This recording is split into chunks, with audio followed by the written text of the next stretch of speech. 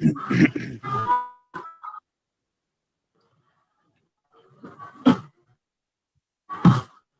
your Good permission, evening, sir, can we Excellency. begin? Good to see you. Pleasure seeing you always, Dr. Meena. Good evening. Good evening, Now, madam. live streaming I on see. YouTube. Now I see you. So, Ambassador, how are things? I read a lot about things, and you're doing good stuff. Except that COVID came in the way, I think. But Yes. Well, things are improving, and we're trying to make use of the good weather. Also, as you know, February, March, April are good times here in Delhi. So we're moving more and engaging with the think tanks and Chamber of Commerce and so on. correct. But Good. things are much better here in Delhi. How about Mumbai? Unfortunately, we had a spike in the last few days. I mean, we were really doing very good, I would say, given the size of the city and everything. But last 7-8 days, we had a spike, and it's sort of going up and down, but it's still on the higher side. So we are a little concerned. I hope it will work out, because that's many of our other districts have also got the thing. So we are little on the edge at the moment. You're So not can we far begin, off. sir? Yes. Please do. Yeah. Thank you so much. And we are already live streaming on YouTube. So, yes, I request all of you to put yourself on mute mode. So, namaskar and good evening to all joining us today. I am Manish Dabhade here, and I'm the founder of the Indian Futures. I take this opportunity to welcome you all today on behalf of the Indian Futures. I cannot obviously but begin by hoping that you and your loved ones are safe and healthy. Let me at the outset, as I always do, the Indian Futures very briefly for a truly international audience which we have today, and also obviously the participation of the participants, the distinguished guest. We are a New Delhi-based independent an idea startup. That's what we all call ourselves these days. That started out in January 2016 with the sole aim to creating a global platform to plainly and dispassionately discuss in the truest ancient Indian tradition of a samvad, a dialogue, the ideas of New India in all their varied dimensions and contestations. We are extremely proud to have hosted recently some of India's finest minds from the world of government, politics, academia, diplomacy, and culture. Sri Suresh Prabhu, former cabinet minister, Sri Devendra Fadnavis, former chief minister of Maharashtra, Dr. Vinay Sahasrabudhe, who is currently the president of Indian Council of Cultural Relations, Sri B.L. Santosh and Sri Ram Madhav, BJP party general secretaries, Ambassador P.S. Raghavan, who is currently the chairman of the National Security Advisory Board, Ambassador Nirupama Menon Rao, and Ambassador Vijay Gokhale, who was till recently India's foreign secretary, Ambassador Gautam Bambawale, we have Professor Sri Raja Mohan, Professor Makran Paranjpe, and these are just a few names I mentioned here. Please follow us all. Please follow us on all our social media, such as Facebook, Twitter, Insta, YouTube, and feel free to share today's event with hashtag TIF West Asia. We would welcome that for sure. Kindly put yourself, as I just said, in mute mode so that there are no distractions during the program until we open up for the Q&A. I am especially thrilled that today we are holding this international symposium on a very significant but least noticed and even least appreciated, a success story of sorts of India's diplomacy under Prime Minister Modi. That is of the rapidly strengthening and deepening India-Saudi Arabia strategic partnership. It's driven as much by a solid convergence of interest as much as by the personal warmth and chemistry between the top leadership of the respective countries. Let me give you a very small slice of recent past of this. So it all began very significantly with the Delhi Declaration in 2006 with the historic visit of King Abdullah. Then in 2010, you had the Riyadh Declaration which really was announced during Prime Minister Manmohan Singh's visit to Riyadh. And it is here that you saw the relationship upgrade to strategic partnership that was announced during that visit. Fast forward that to Prime Minister Modi's tenure, and you have a string of successful visits, bilateral visits. So the first one obviously was April 2016, then October 2019, where the strategic partnership agreement was signed, and India, very importantly, was recognized as one of the kingdom's strategic partner countries under the KSA Vision 2030. Very importantly, and we all take pride in that, that Prime Minister Modi was conferred the highest civilian honor, the King Abdulaziz Sagar Award, during this 2016 visit.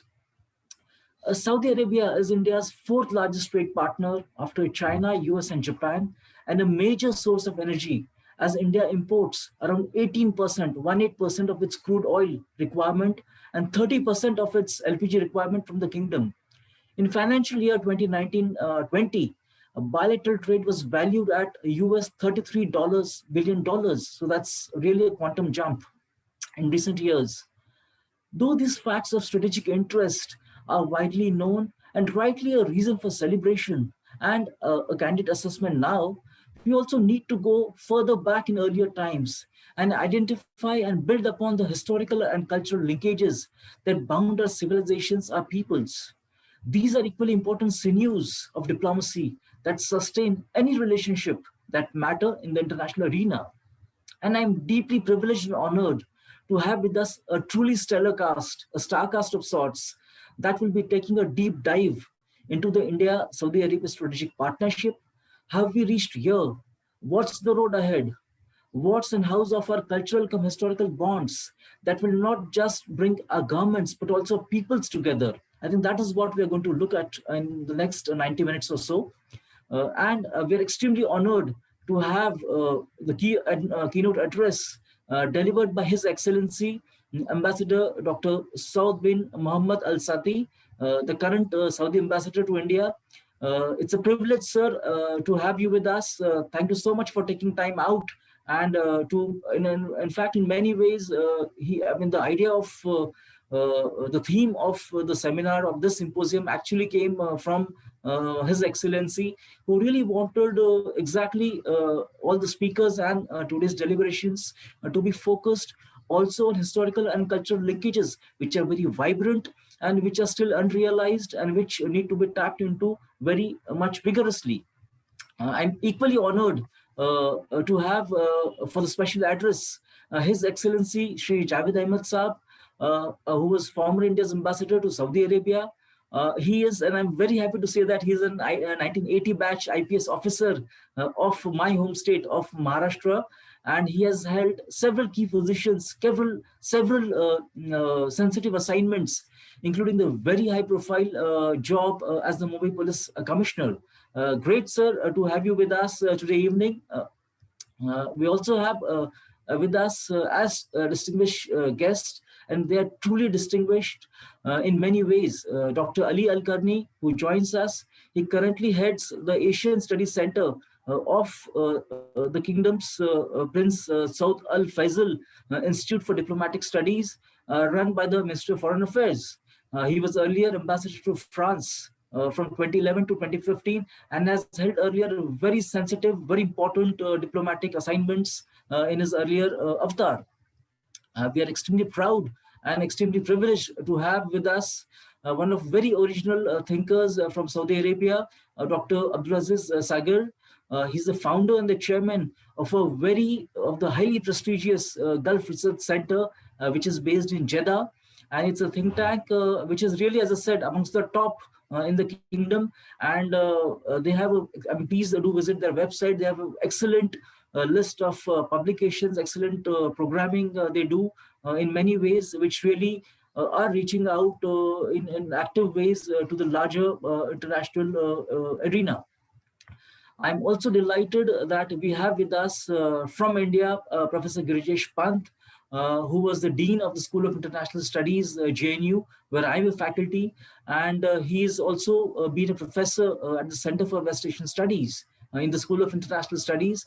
And he is India's foremost expert on West Asia, and his writings and lectures especially on energy and economic issues of the region and India's role in the region, still continue to guide analysts and policymakers in India and abroad.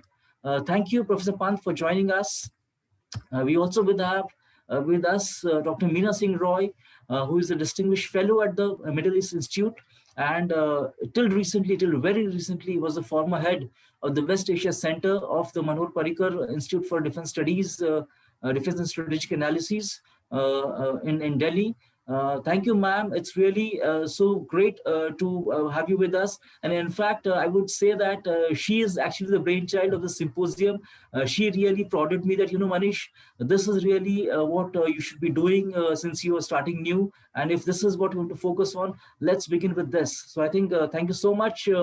All of you, really, I'm truly deeply honored and privileged to have all of you with us today evening. I now request my friend, Dr. Kushnam, who is the director of the research at the TIF. And in fact, I would also like to mention here that we are currently editing jointly a soon-to-be published volume on India and West Asia, the Modi years. And to introduce the symposium, we have with us Dr. Kushnam. So over to Kushnam. Thank you, Manish, and namaste and very good evening to all.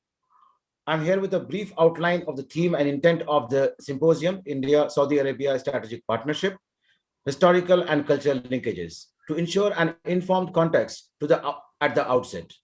The last 2 decades of 21st century has witnessed a perceptible growing synergy of policy vision and expanding scope of cooperation between India and Saudi Arabia.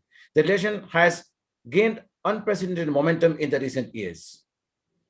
And in this, Dr. Manish has already spoken about that. It started from 2001, External Affairs Minister Jashwant Singh's visit, which was later on followed by 2006 Delhi Declaration, signed in the sideline of His Royal Highness King Abdullah's visit to India, 2010 Riyadh Declaration, in which during the visit of Prime Minister Manmohan Singh to the kingdom, which committed to a strategic partnership based on the complementarity and the interdependence. 2012, A.K. Antony's visit, the first ever Indian defense minister to visit the kingdom, added the new dimension of defense cooperation, which was further boosted in 2014 by the official visit of Crown Prince of Saudi Arabia, the defense minister, and Saudi India Business Council facilitated the trade and economic cooperation during the process. The visit of Prime Minister Modi in 2016 infused a new momentum. Both the countries agreed to enhance the cooperation to strengthen the maritime security in the Gulf and the Indian Ocean region, vital for security and prosperity for both the countries. 2019 February, state visit of Royal Highness Crown Prince of Saudi Arabia reaffirmed the deep commitment to strengthen the strategic partnership envisaged in Riyadh Declaration of 2010, agreed to constitute the comprehensive security dialogue at the level of national security advisors and a joint working group on counterterrorism. During the visit to the kingdom in 2019, Prime Minister Modi, in his interview to the Arab News, said, I quote, India's relation with Saudi Arabia is one of the most important bilateral relations in our extended neighborhood. I believe that Asian powers like India and Saudi Arabia share similar security concern in the neighborhood, unquote. The first ever visit of India's Chief of Army Staff, General M.M. Narawane, to Saudi Arabia in December 2020 has opened new dimension of defense cooperation between the two countries. In an article recently, January 24th, Saudi Arabia, India, the upward trajectory in Outlook India, His Excellency Dr. Saud bin Mohammed Al Sati said, I quote, Saudi Arabia will continue to partner with India for mutual growth and regional stability. I'm certain that the current decade will be unprecedented for our strategic partnership that shall not only benefit our two countries, but also for the MENA region and the South Asian region, unquote. In recent years, both India and Saudi Arabia is putting emphasis on cultural soft power. Our Prime Minister has reoriented interdiplomacy by combining new elements of soft power used in a strategic sense. These are Samman, dignity, Samwad, dialogue, Samriddhi, shared prosperity, Suraksha, regional and global security, Sanskriti and Sabhyata, cultural and civilizational links. In Saudi Arabia as well, in similar fashion, the Saudi Vision 2030 having three pillars. The first one is the Saudi Arabia is being projected as heart of Arab and Islamic worlds and its culture. The cultural contacts between the two countries began in 3rd millennium BC as a trading partner, led to the exchange of ideas, culture, and language. Inter-civilizational exchanges in the field of science, mathematics, and literature has led to their advance. During the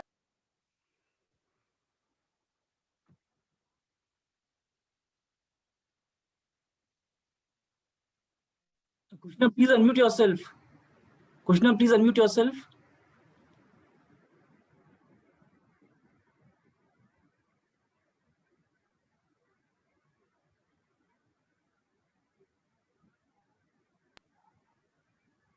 Yes, please go ahead. Should I do now again? Yeah, please go ahead. Okay. The cultural contacts between the two countries began in 3rd millennium BC as a trading partner, led to the exchange of ideas and culture and languages, inter-civilizational exchanges in the field of science and mathematics. The Abbasid Caliph's Academy of Baitul Hikmah, the House of Wisdom, translated the Persian version of Indian Panchatantra, a book of Indian fables and wise saying. Kalila Damna was translated into Arabic. So the Al-Arda, the Saudi Arabia's national dance, also has an Indian link with the Indian sword. Over the years, India and Saudi Arabia has played host to the eminent artists from each other's country. Recently, Urdu Gulban, a Jeddah-based literary group, has hosted many Indian artists. Al Janeria,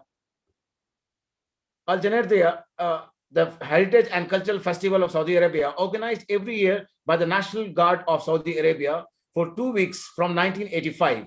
2018, India was hosted as a guest of honor. The then External Affairs Minister of India, Srimati Sushma Swaraj, jointly inaugurated the Indian Pavilion with His Majesty King Salman bin Abdulaziz Al Saud.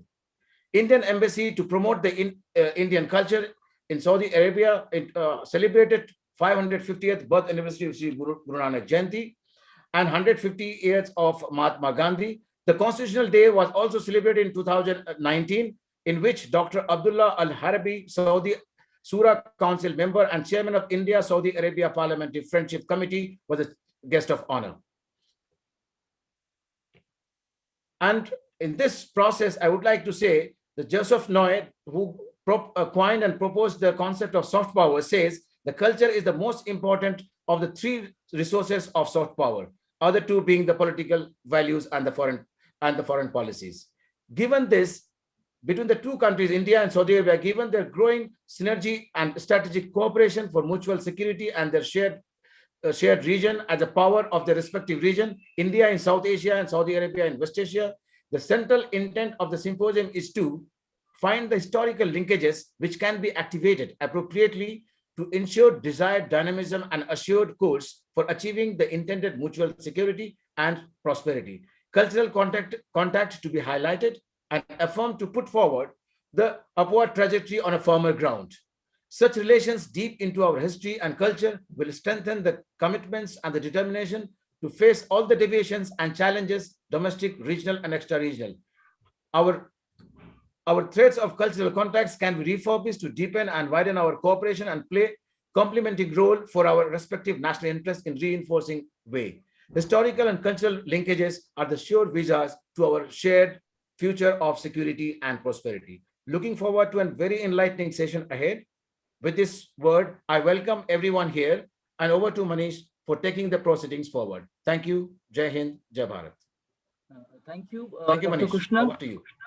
Yeah, thank you. Thank you, Dr. Kushnam. May I now request Ambassador, His Excellency Ambassador Al-Sati to deliver his keynote address without further ado. Over to you, His Excellency.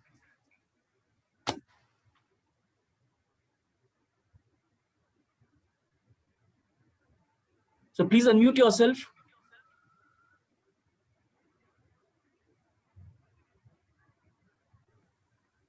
Okay. Yes, sir. Assalamu alaikum. Good evening, everyone.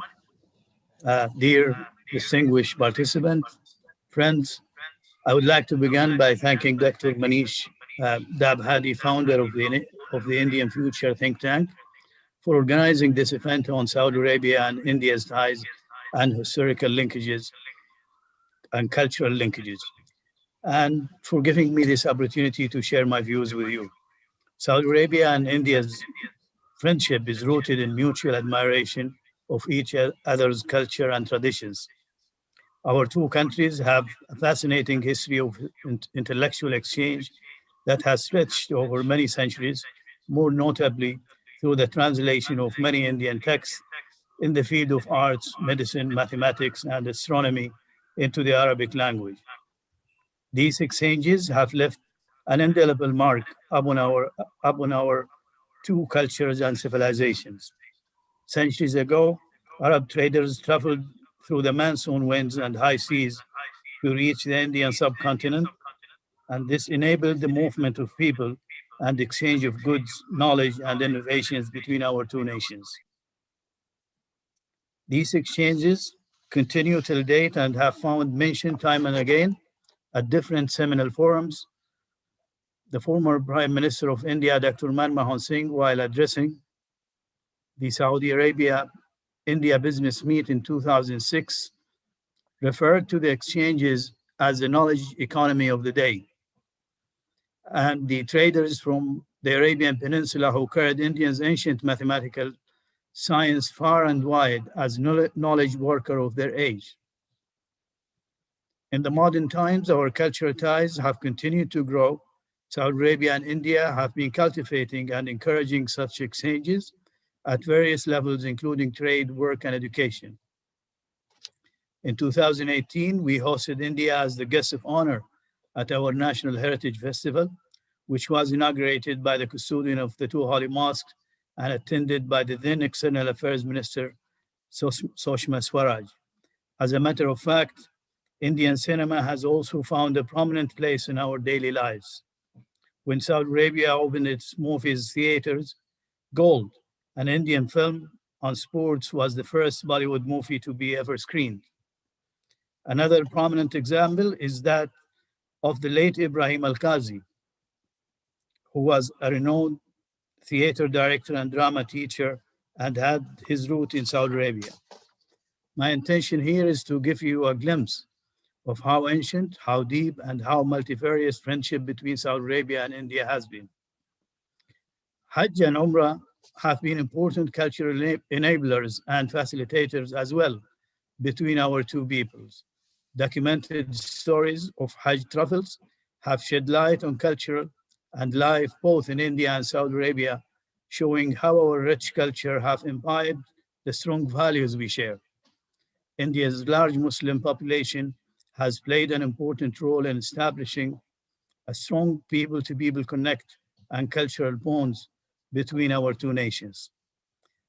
Approximately 3 million Indians reside in Saudi Arabia, forming the largest expatriate community in the kingdom, and the growing number of expatriates stand testimony to our shared human values. Indians living in the kingdom are an important part of our society, as they have become owners of hospitals, doctors, engineers, investors, and successful entrepreneurs. The kingdom has decided to improve the work environment and attract talents by recently launching the Labor Reform Initiative. This will further enhance the contractual relationship between workers and employers, support the vision of establishing an attractive job market, empower and develop labor competencies, allow job mobility, and improve the work environment in the kingdom. This labor initiative will come into effect by March 14th. Friends, Saudi Arabia continues to implement comprehensive reforms under Vision 2030 that includes reducing the dependency on oil and diversifying the local economy to integrate more closely with the global markets, with the aim of strengthening its position as a leading global investment destination. We have made qualitative leaps in the investment environment and created promising opportunities across sectors. Saudi Arabia recorded a 35% year-on-year increase in the number of investment deals in the technology startup sector last year. By shifting focus to many potential sectors like biotechnology, information and logistics, Saudi Arabia has been able to retain and enhance foreign investment. It is noteworthy that foreign direct investment into Saudi Arabia actually rose in 2020, despite the economic impact of the pandemic. A total of 306 new international companies were granted investor licenses in Saudi Arabia in the third quarter of 2020, a 96% increase on the previous 3 months period. Much like India's startup mission, Saudi Arabia is working toward building a conducive environment to foster innovation. Saudi Arabia also wants to be a hub in technology and digital transformation in the region. It has increased its efforts to adopt cloud computing technology and was one of the earliest countries in the region to adopt specific regulations for cloud services providers. We look forward to partner with more innovative and transformative companies to consistently serve as an important catalyst for the development of the industries and opportunities of the future. The creation of King Abdullah Financial District Special Zone has opened many doors for multinational companies to relocate to Riyadh by providing a range of tax exemptions, incentives, labor law improvement, as well as fast and simple commercial licensing. The 20 economic zone to be set up will have specialized zones for digital, creative, and logistics. Under our Vision Realization Program, the Public Investment Fund will grow its asset over the next 5 years to $1.07 trillion, create 1.8 million direct and indirect jobs, and contribute $320 billion to Saudi Arabia's non-oil GDP.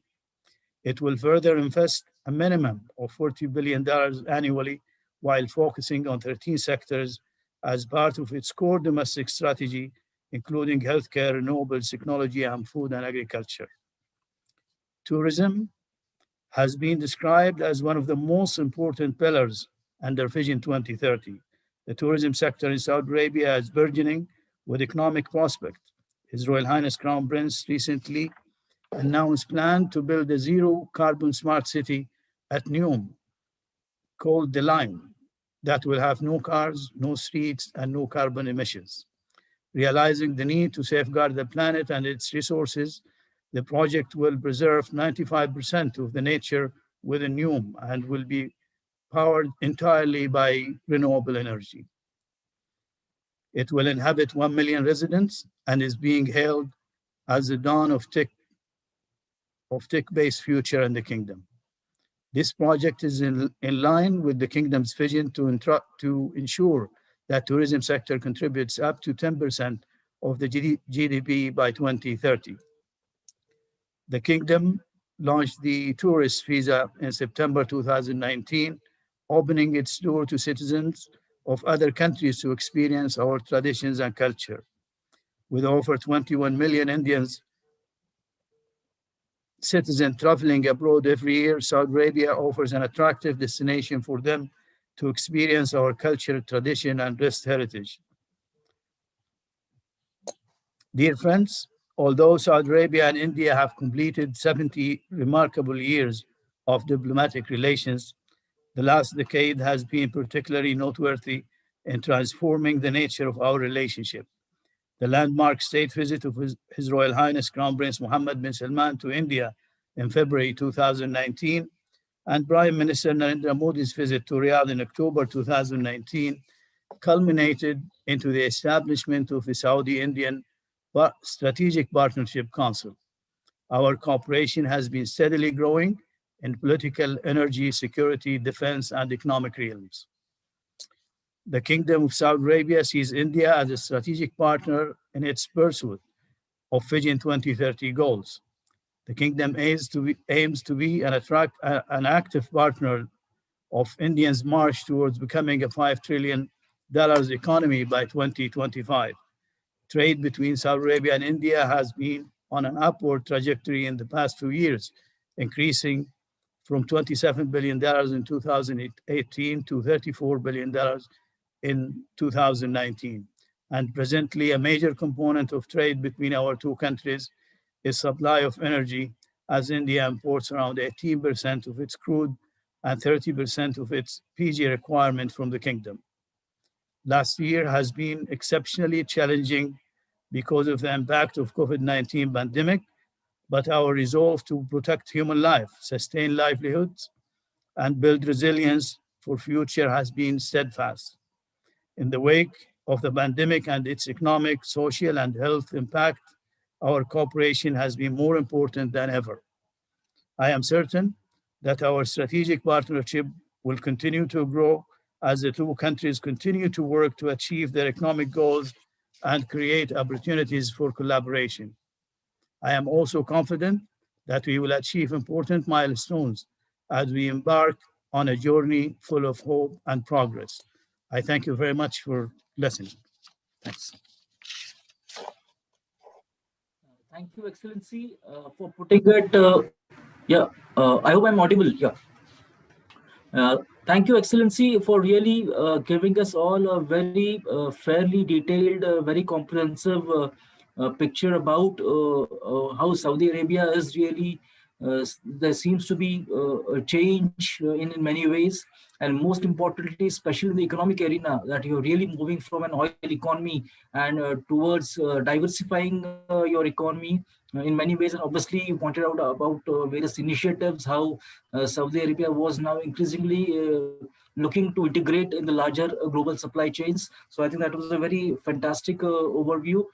Thanks again. And with this, I now request His Excellency Ambassador Ahmed Javed Saab to really deliver his special address. Over to you, Excellency. Thank you, Manish. Good evening to everybody and to my friend Ambassador Saud Al-Sati, who's as always given a comprehensive overview of our relationships with Saudi Arabia. Let me begin at the very outset that it's always, it's always a matter of honor and prestige to represent one's country abroad. And I was really privileged to do that. But most importantly, being in a country where changes were actually happening on the ground, I think the timing is important. And therefore I can say that one was privy to history being made in a lot of senses. 2016 onwards, the kind of changes I have been seeing, 2016 to 19, I was there, so I saw it myself. And as I keep track of it in the last 2 years as well, the kind of changes that are happening, it is something which I can say nothing short of history being made in a lot of senses.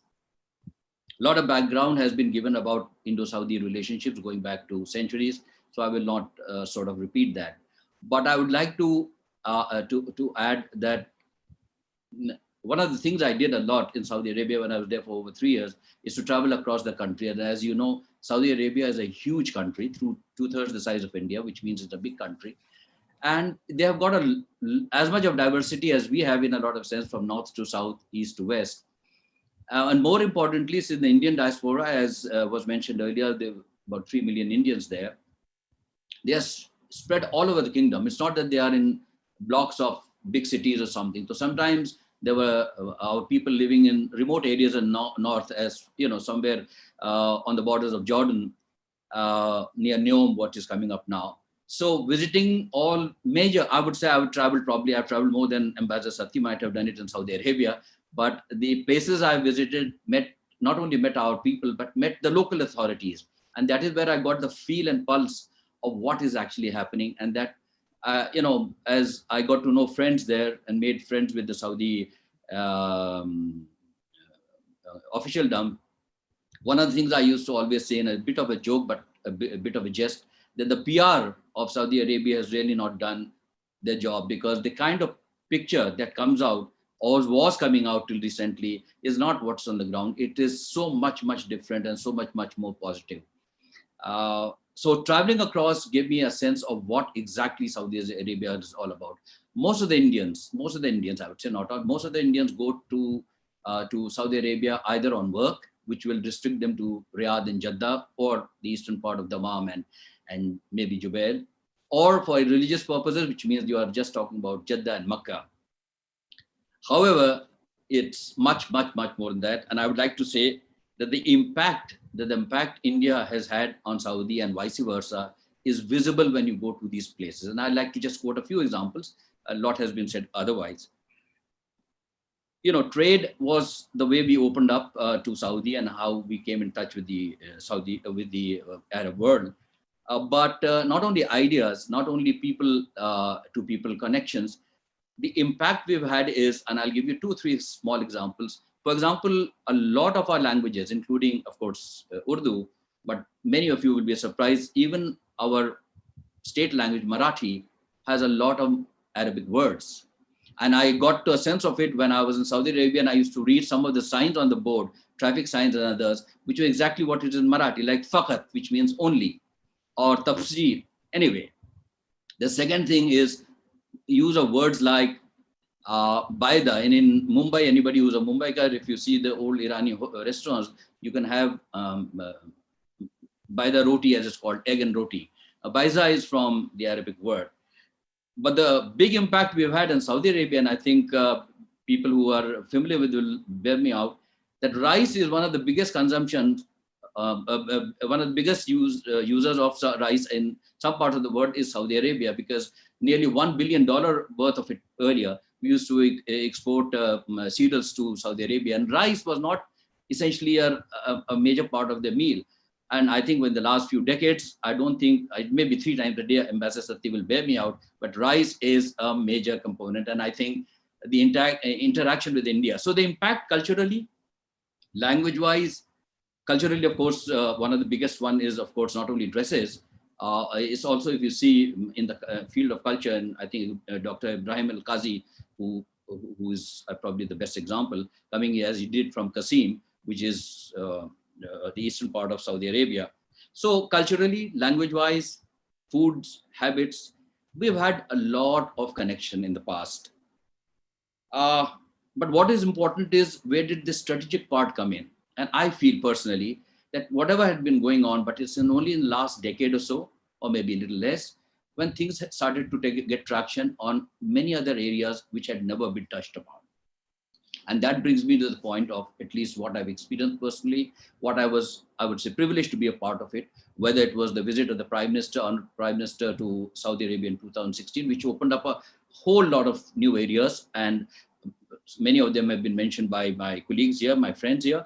But I would say what really did open up is the kind of a chemistry that came into place between the leadership, our Prime Minister and the leadership, which has gone from, it's just been on an upper trajectory, which was very visible ultimately when, again, I was privileged to, when the Crown Prince came on an official visit to India in February of 2019, and the kind of things we covered, whether it was in the field of Hajj quota, which was on one side, whether it was investments, which was absolutely on the higher trajectory. More importantly, for the first time, I would like to give an example, one of the single biggest investments which came to India, initially as a $22 billion refinery project, which we were putting up in the west coast of India, which ultimately got split up as $11 billion between ADNOC and Aramco.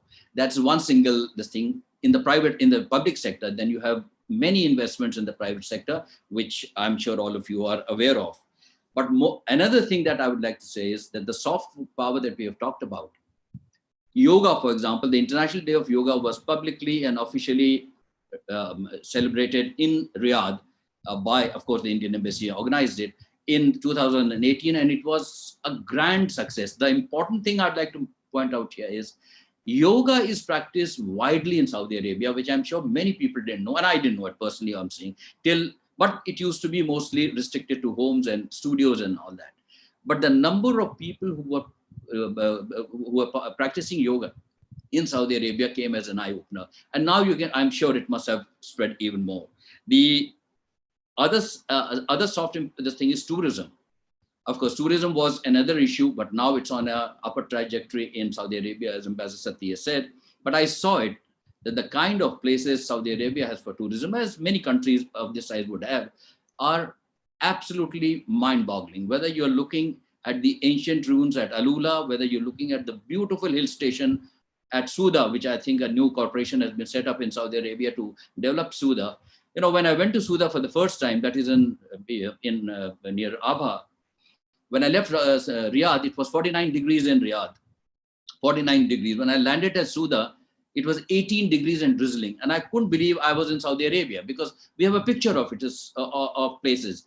And what I'm trying to say, where the PR wasn't really good, is that places like Suda or Alula, or it's the Red Sea coast, the kind of tourist spaces they have is unbelievable. But now it's being actually harnessed into as part of the Vision 2030, as Ambassador Sethi said, a vision which is actually a leap into the future.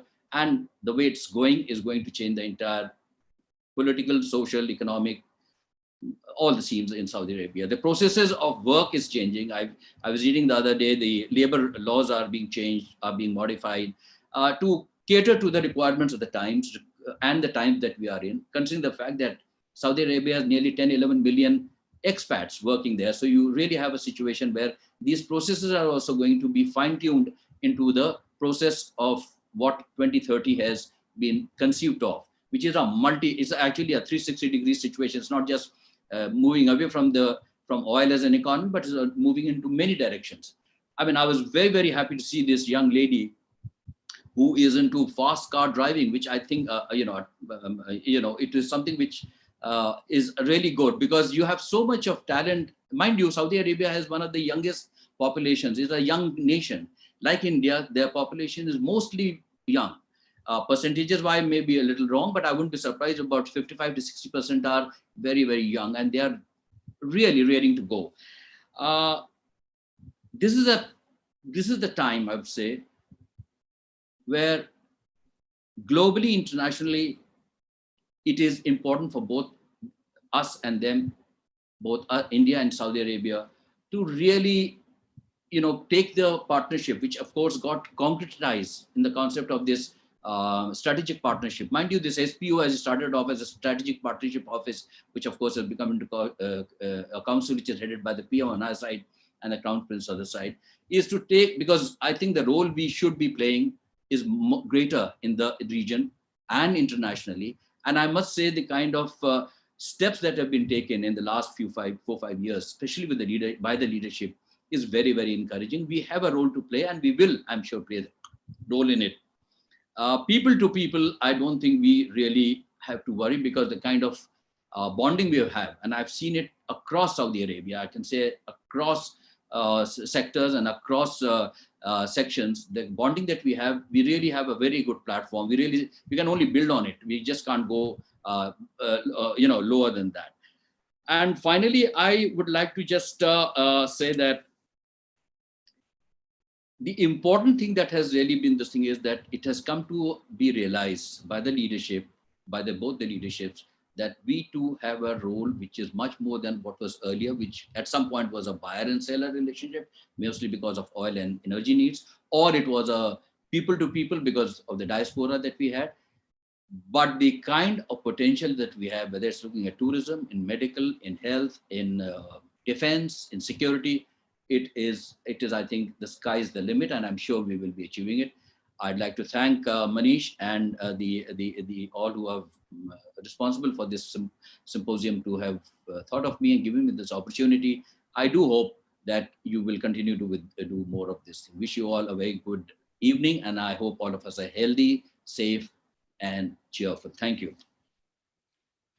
Thank you, Ahmed Saab. I think that was a very grounded presentation address on the state of India-Saudi Arabia relations. I think you really hit it when you really said that it has now moved towards, I mean, obviously the dramatic increase, in fact, as you rightly said, in less than a decade, again, really also triggered by the personal bond, the personal chemistry. I think that's a very important point you made. Also, the language, culture. I mean, in fact, equally surprised about the Marathi some words being part of, the landscape there. The yoga, obviously, it also came as a surprise to many of us who are not actually following Saudi Arabia in much more detailed way as the other panelists are. But excellent, sir. Thank you so much for this wonderful special address. With this, I now request Dr. Al-Karni to present his views on the state of the strategic partnership, and how, obviously, looking from his country's perspective, where are we headed? What sort of issues are there on the agenda? Over to you, Dr. Al-Karni. Well, thank you very much indeed, Dr. Manish, and salam alaikum to all. It's a privilege and an honor to be with you. Always a personal privilege and an honor to be with my friends in India. Special affinity. I'm personally passionate about anything Indian. As a matter of fact, I've been delaying a workshop with our friend at the ICWA simply because I don't want to do it online. I want to go to India because it's their turn to host it. So just to start with that, and I would like to say something. I am an academic. I'm an observer, and under no circumstances should my views be seen as reflecting that of the Kingdom of Saudi Arabia. Although I work in a government body. But I speak as an academic, and the relationship. Excellency, I've said much about the current situations, but I think we are in need to provide a little bit of history in order to understand and appreciate the current situations in the relationship, which are levels unprecedented. So I think the relationship went through three phases. The first phase was from the beginning of the bilateral relations in 1947 till about the late 70s, early 80s. And then the second phase was from that period till the advent of the third millennium. And then from there, 2000, 2001 till today. The first one is quite important. We definitely need to tackle that phase in order to understand the current situation. It was very sort of normal bilateral relations because both had their own suspicions. We had our own suspicions about India. They had their own. As you know, Indian post-independence elites were quite sensitive to anything Islamic. Saudi Arabia was the pioneer of the concept of Islamic solidarity, and we were a driving force for the creation of the OIC, later became the Organization for Cooperation, and that did not go well with India, and we supported Pakistan in their three wars with India. And they themselves also were quite suspicious of this whole idea of Islamic solidarity. In fact, they were close, with their model, their socialist development model is quite close to the Arab so-called progressive and secular regimes, that of Egypt and Iraq and Syria. So when Indira Gandhi went to Egypt to visit Nasser, she actually affirmed the Egyptian stance back then that we oppose any gathering that is based on religion, that's based, that's the Islamic, the OIC. So that was it, really. I mean, we're quite, that was a genuine hindrance. We couldn't develop the relationship. From the 80s, all the way late 70s, early 80s to the 2000s, it improved. There were early signs of improvement simply because India embarked on its, industrialization program. Saudi Arabia had the oil, and we wanted to sell oil, and we also had to develop our own country. So we had to deal with it. We had to sell you oil, you had to sell us all kind of things. But until the advent of the third millennium, it was, in the words of a previous or an ex-Indian ambassador, pretty much bilateral and transactional.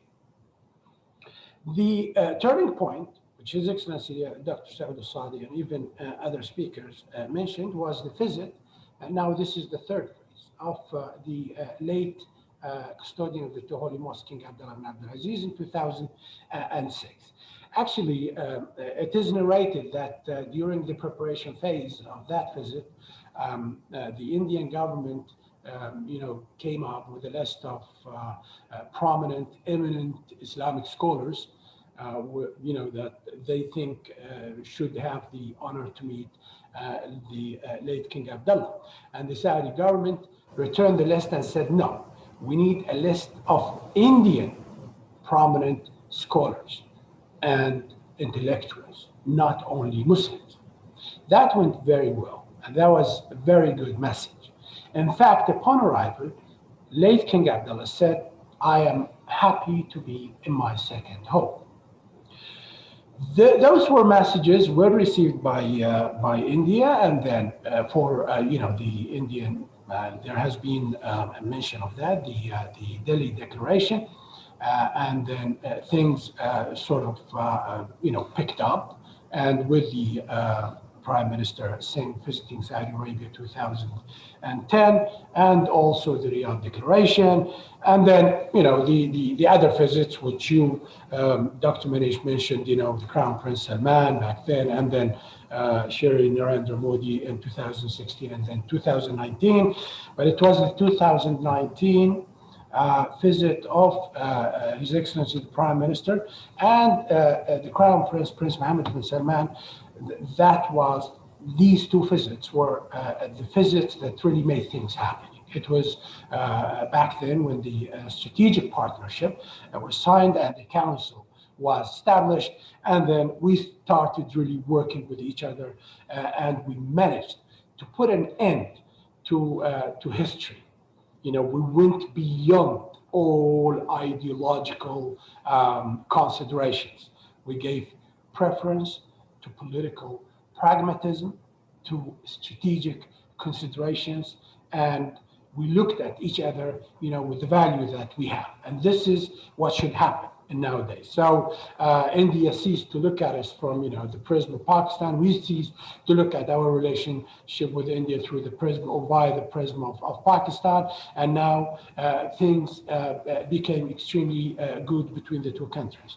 All kind of memorandum, around 40 memorandums. We're talking 100 billion of investment, and all kind of good stuff happening between the two countries. However, and this is very important, the third thing is, I don't want to go, and I know that I have 10 to 12 minutes, so I'm worried about that, but I'll try to make it short. I want to move to the third part of the relationship, which is the challenges and the risks and the threats. To start with, I look at the cultural cooperation between India and Saudi Arabia as one major challenge. I think we have not explored the potential of both countries in this particular regard. And I will start with education. And these are numbers that I obtained today from the Ministry of Education in Saudi Arabia. Saudi Arabia in the 2021 gave India 477 scholarships for all kinds of students, Indian students, Muslim, non-Muslims, whatever, to come and study all kinds of subjects in Saudi Arabia. Only 202 of these 477 were taken. So here is a problem. In the last 10 years, we have only had 2,094 students graduating from our universities here, Indian students. This is a very, very small number. Scholarship and the all kind of programs. The last program was the King Abdullah Scholarship Program. Only ninth in the last 5 years, from 2015 to 2019, only 9,248 students graduated from Indian universities. India has got some of the best schools in the world. Why are we not sending more students to India? This is a big question. So that is, and I looked at the Indian embassy yesterday, and I found that they are offering 2 scholarships for Saudi students who want to go to India. Only 2. That does not reflect the genuine potential of both countries. So this is a big problem. People-to-people ties. I mean, His Excellency Ambassador Javed talked about that. This is extremely important. I don't see a lot of interaction. We do have a huge Indian diaspora in Saudi Arabia, but they are laborers.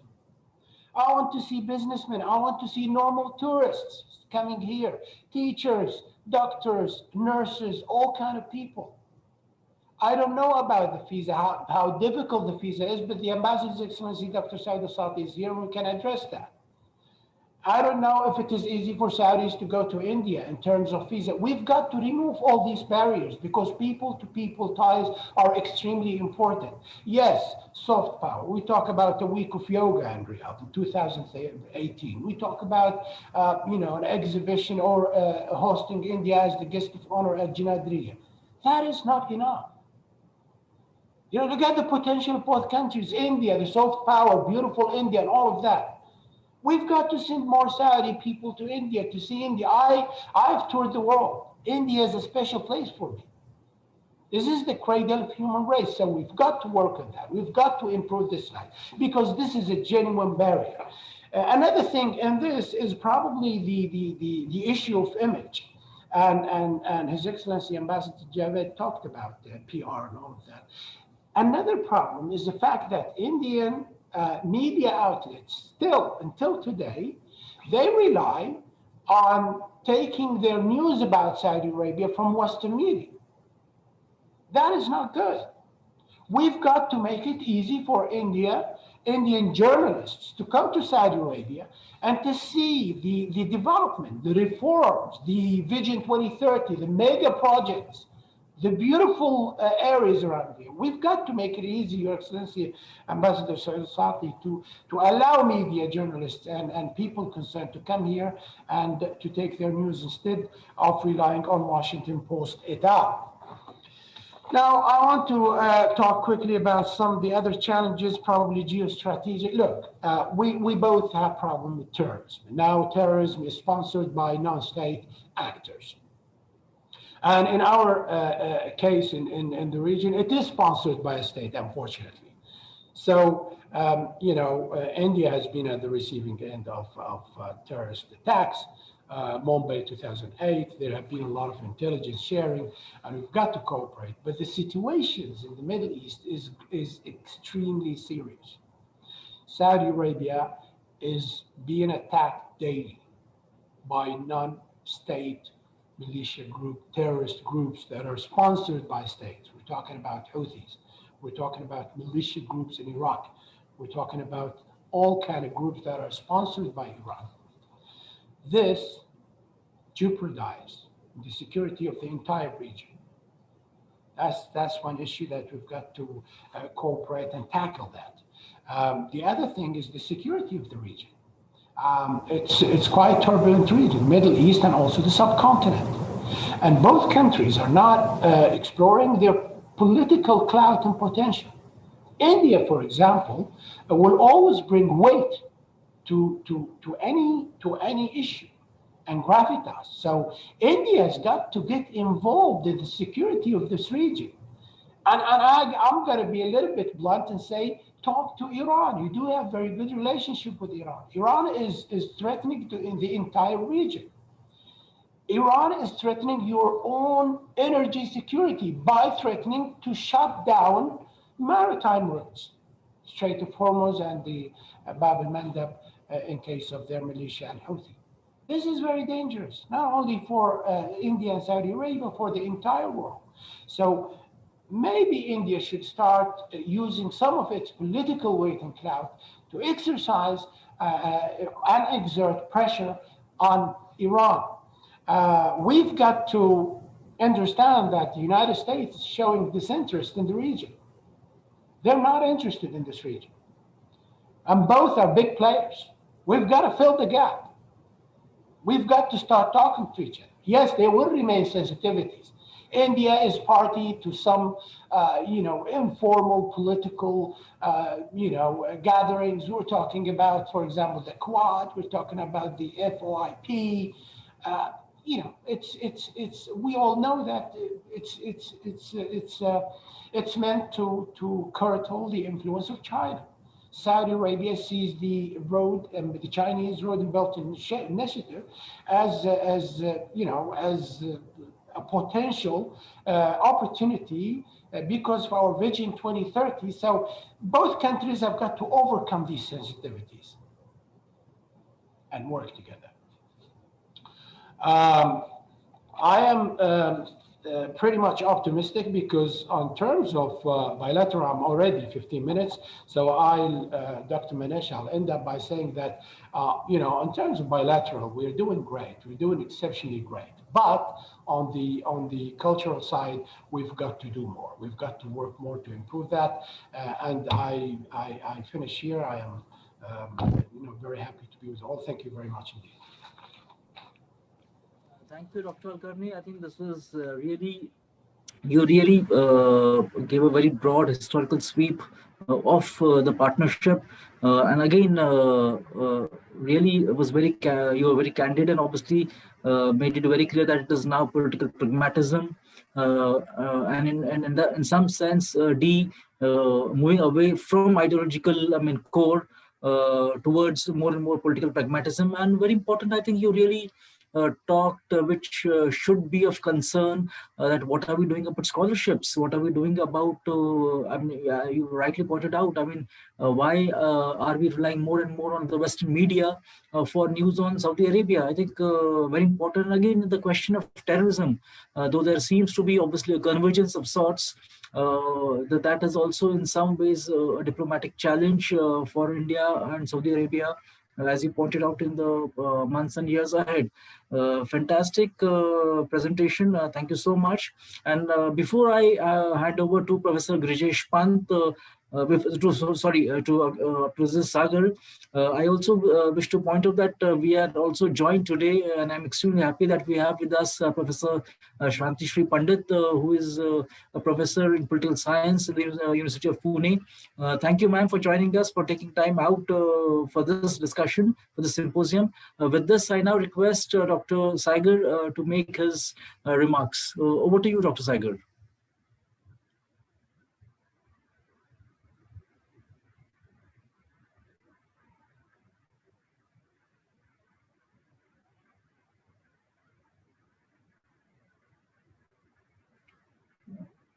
Please unmute yourself, sir.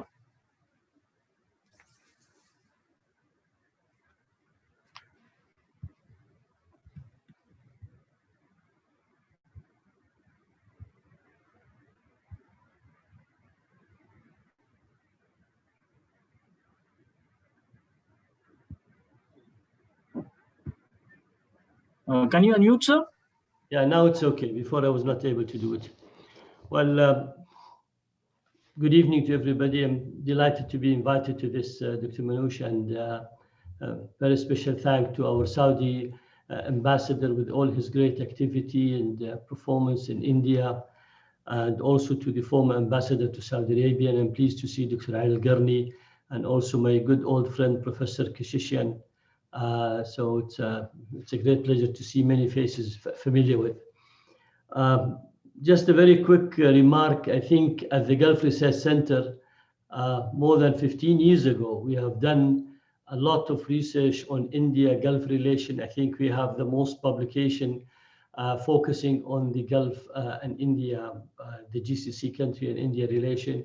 In fact, we do have an annual scientific academic conference at Cambridge University in UK, a great Indian participation always there. Several books has been published out of that conference on the relation. So I feel very proud, and we used to have a 3 years program with the Indian Foreign Ministry focusing on the India-Gulf relation that have served to bring a lot of knowledge, a lot of scholars together in the various activities like the political, economic, security, defense, and also culture and education. And also Green India was a project that we have tried to copy in the Gulf on the environmental also issues that we have worked together with that one. After listening to all the different speech, I'm going to summarize it in a very short one, so at least, and plus 5 minutes before 5, I'm sorry I have to leave, because also I'm involved with another webinar with Chatham House on the Saudi-British side. But anyhow, I will emphasize on what Dr. Al-Karni said on Iran issue, because that's a very important issue. In our perception here, we believe Iran brings the most threat, stability to the region. And we understand that there is a special relation between India and Iran. We're not talking about don't continue relation with, but at the same time, we're trying to say that the interventionist, the expansionist policies of Iran, the maritime security issue, the attack on the energy platform, the nuclear program, the missiles program. It's all funded, supported. This is a deliberate policy from Iran that have created an extremely difficult situation in the region, have created a situation whereby political stability will have a great impact on the energy supply to India. When Saudi Arabia in September 2019, we had an attack on Gig and Khurais, two critical oil platforms in Saudi Arabia, which have forced us to cut down our production by 57%. Yes, we were able in a month time to go back to the real production, capacity and so, but at the same time that have created a serious and important question. And I remember in 2010, early 2010, I have received your former head of Indian Chief of Staff with a 38 military delegation in our previous office in Dubai, when we have talked at that time about the military collaboration between India and Saudi Arabia and the rest of the Gulf country. As a result of that visit, I believe India have signed a military collaboration with Qatar, and then later on they expanded it with other countries. But looking at Iran policy toward the region and how far is that bringing a lot of instability, I think what we would expect from our friend in India is to emphasize because there is also a big economic relation between India and Iran. So we believe that bringing this issue in a much more structural way will be very important. The West, they look at security of the region as nuclear and missiles program.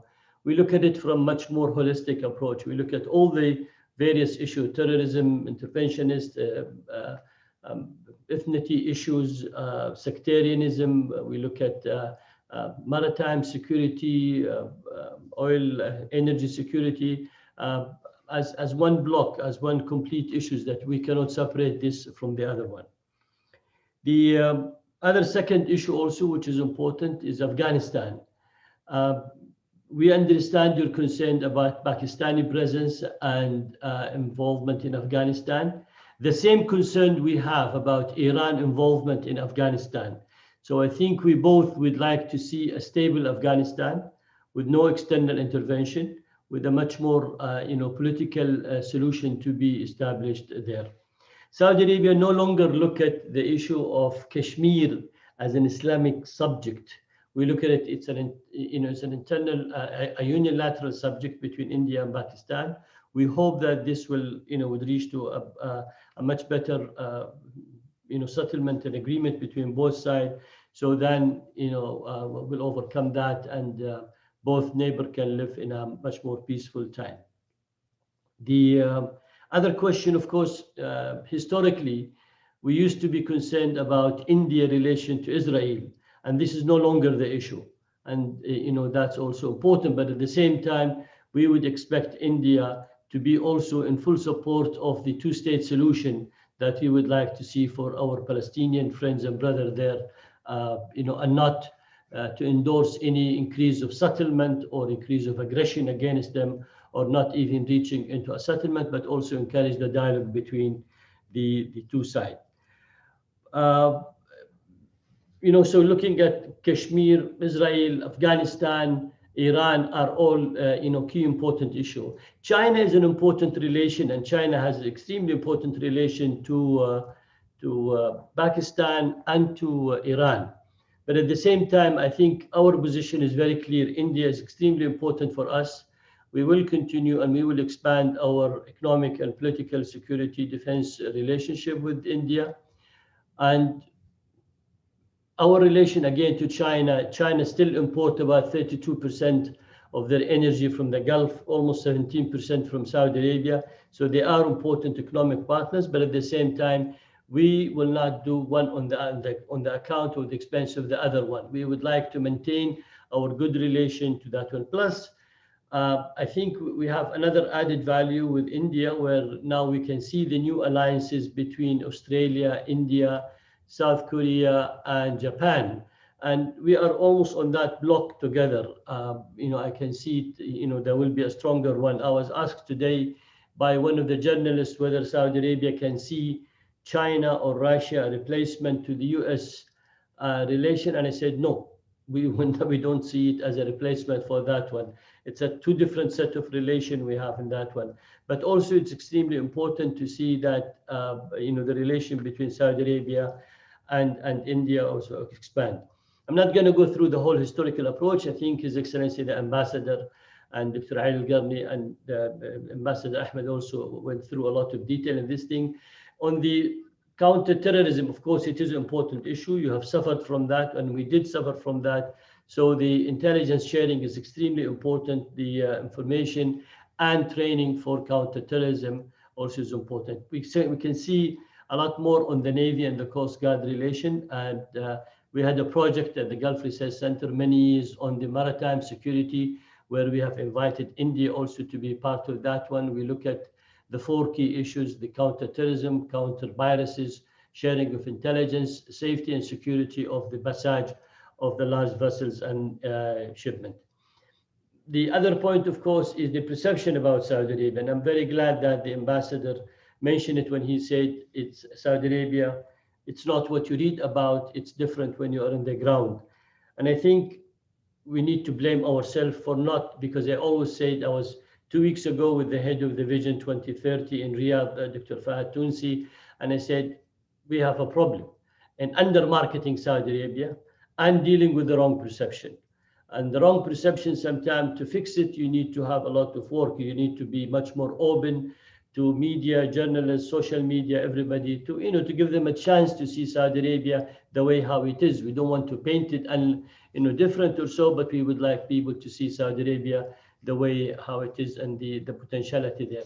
I think the economic potential and the future potential in Saudi Arabia being very close, almost to 1/3 of the world population within 3 hours angles or round from Saudi Arabia, the potential about all the new economic cities and the new project that we are investing in brings a huge opportunity to India, and also in both sides. India for us, it's a huge market in terms of energy. And I remember Abdullah Jum'ah, who was the former CEO of Aramco, he said we should invest more in India in independent power plant to supply more electricity for the Indian market. That will be more profitable than just selling oil and gas to India. And I think there's a lot of temptation, there's a lot of interest, but still we have a lot in Saudi Arabia to do. So, but India received one of the priority because the special office that was created for partnership that we call 8 countries, they have been defined there. And India is one of those 8 countries: US, Germany, France, Britain, and then from the Asian side, China, India, South Korea, and Japan. So India is one of those 8 countries on the key partnership. And this office, of course, is the chairmanship now of it is the Prince Faisal Farhan, our Saudi foreign minister.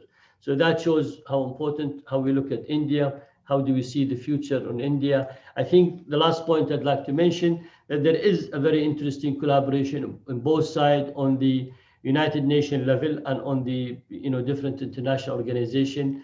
I see a lot of collaboration and communication in a better way between both sides, and not really a difficult or a situation where we are entering into competition. In fact, it's much more compatibility to both sides. I will just go back to the last point where Dr. Ali Al-Garni mentioned the education. You have a great potential, we have a great potential. I think what we need maybe to create is a highly specialized education entity. In other words, if this is the best area that we need to look at, it's information technology, then maybe we need to create a specialized college in Saudi Arabia where we can get the Saudi benefit from such an important thing. We do have 27 public universities in Saudi Arabia, bringing a closer relation between Saudi university and Indian university to create and enhance an information technology colleges in Saudi Arabia with a lot of the Indian technology, science, innovation. I think it will be a great idea. That will help, of course, both sides. Many thanks to all of those whom they worked very hard on bringing the Saudi-India relation, being the both embassies in Delhi and in Riyadh, and also to the Business Council, to the academic and researcher. And I promise you, we will continue to work together on the Saudi-India relation in the various areas, and then maybe later on we can plan during the year a different specialized workshop where one will focus on the economic and look at opportunities and things. One can also address, other different issues there. Thank you very much, and I'm very pleased to be invited to this workshop. Thank you. Thank you, Dr. Sagar. I think you really, again, like the earlier speakers, really pointed out the very distinctive challenges that bedevil the India-Saudi Arabia partnership.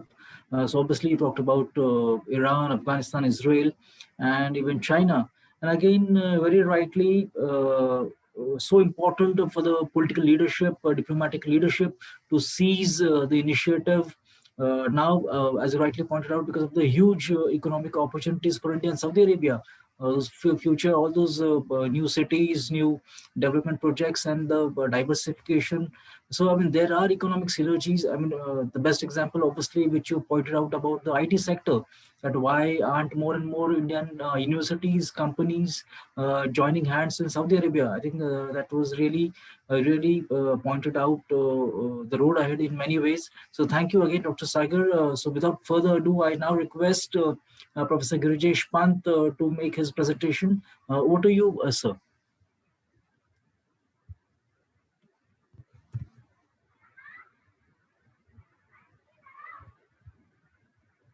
So please unmute yourself.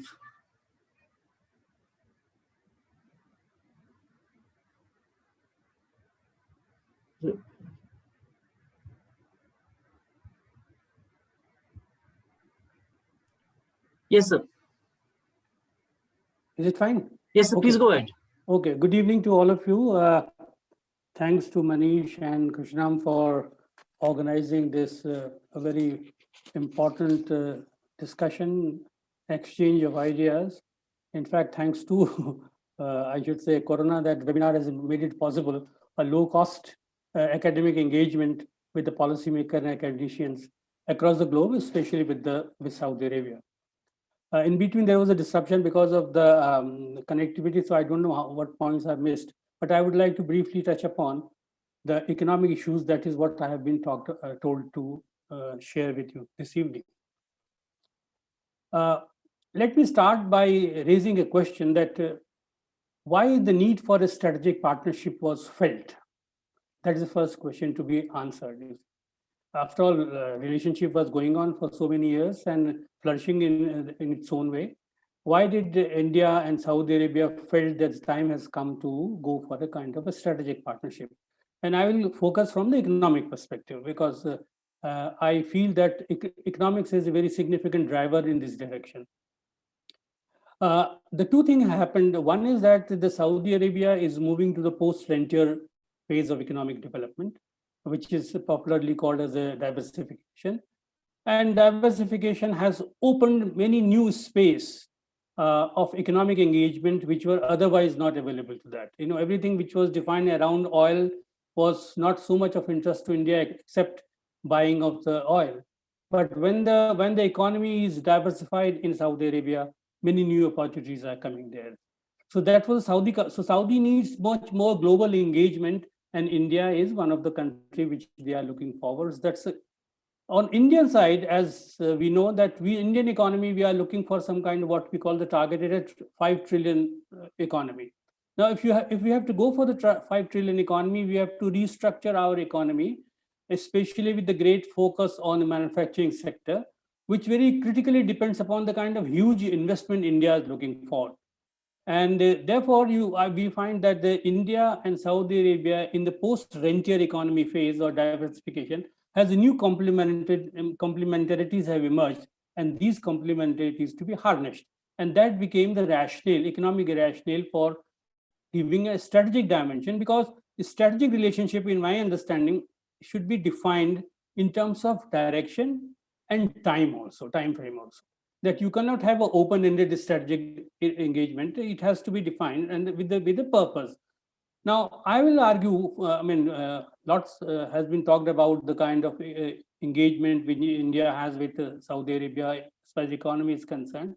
But I will try to argue here that it is important for us to define what are the drivers for this engagement, going to be the driver for this engagement in next 20 years of time when we try to visualize the kind of strategic partnership to there. What are the economic drivers to be there?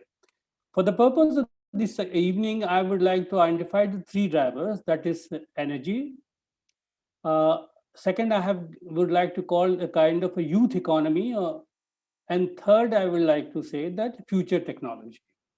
These three needs to be driver. Now, coming to the energy, energy today is no more hydrocarbon, you see. The definition of energy has expanded, you see.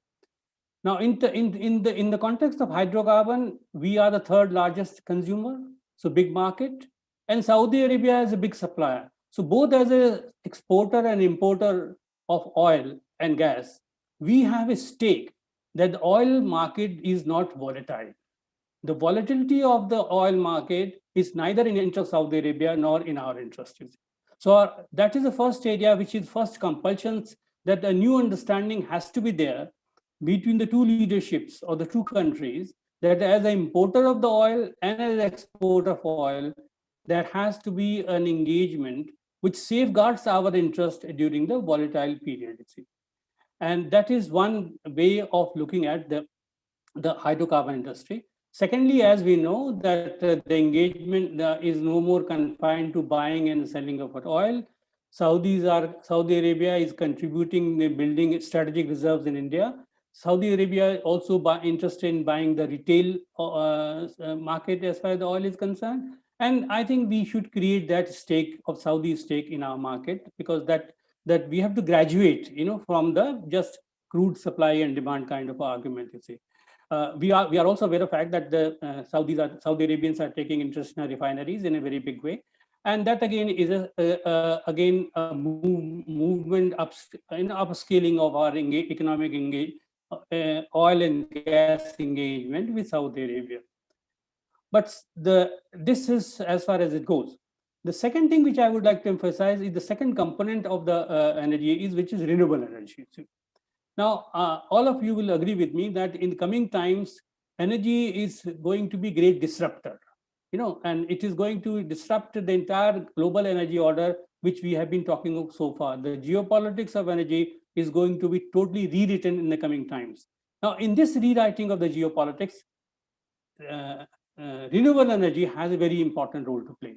We have identified solar as an anchor in our context, and Saudi Arabia is also very richly endowed with the solar radiation. Saudis have a plan. I mean, they look toward the German kind of model to promote their renewable energy. But the point I'm trying to make here is that renewable energy is very important area where both of us have a stake. What is the stake here? You see that if you look at, both of us have a sun, our own sun, which is very richly radiation, but both of us don't have a technology. The technology which converts the solar into energy is essentially controlled by outside, you see. And that is as we know today, it was United States. It was at one point of time Germany was the leader.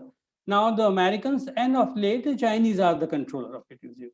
Now I would like to argue that this is one area where we should try to think in terms of collaborating in terms of energy technology of the renewable sector.